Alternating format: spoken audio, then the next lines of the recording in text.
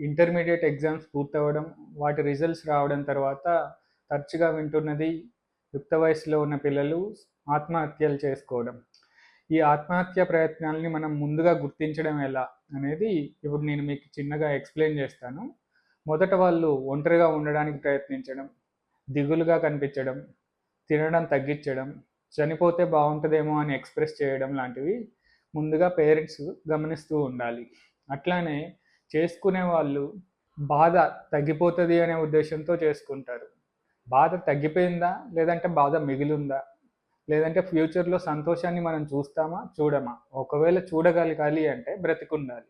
చనిపోతే మీరు బాధని గానీ, లేదా సంతోషాన్ని గానీ దేన్ని చూడలేరు. చూడలేనప్పుడు చనిపోయిన తర్వాత నా బాధ పోయింది అని మీకెలా తెలుస్తది? మీరెలా ఫీల్ అవ్వగలుగుతారు?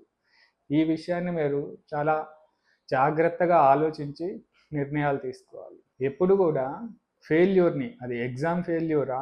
లేదంటే బిజినెస్ ఫెయిల్యూరా? ఇంకే ఫెయిల్యూర్ అయినా ఫెయిల్యూర్ అనేది ఒక అటెంప్ట్ ఫెయిల్యూర్ మాత్రమే. జీవితానికి మాత్రం అది ఫుల్ స్టాప్ కాదు. అది జీవితం ఫెయిల్యూర్ కాదు.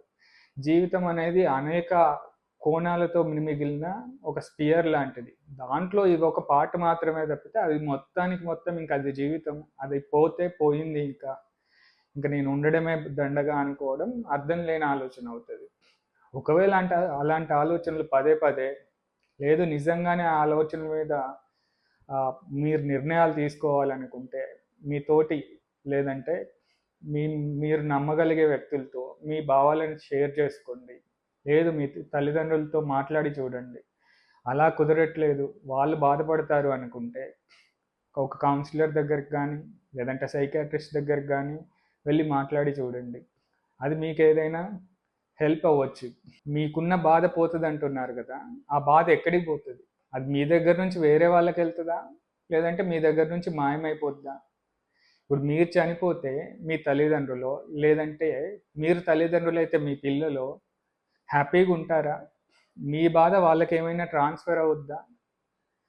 అంటే మీరు షేర్ చేసుకోవాల్సిన బాధని కంప్లీట్‌గా వాళ్ళ మీద వదిలేసిపోతున్నారా? ఇది కూడా ఆలోచించాల్సిన తరుణం ఇది. సో, జీవితాన్ని ఒక బంగారు అవకాశంగా భావించాలే తప్పే ఫెయిల్యూర్ అని ఆలోచించడం, లేదంటే ఫెయిల్యూర్ ఒకటే జీవితానికి చివరి అంకం అనుకోవడం తప్పు.